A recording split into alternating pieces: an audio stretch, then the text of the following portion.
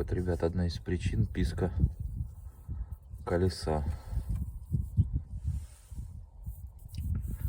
Везде нормально. Вот здесь где-то попало кусок камешка.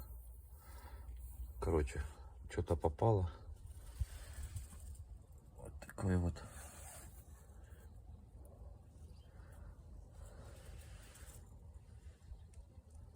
По тормозному диску. Вот такой вот шлейф. Сейчас сниму колодку.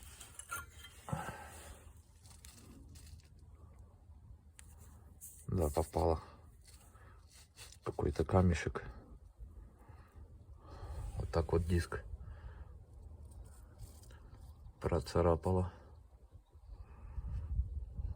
Попробую поменять тормозные колодки местами.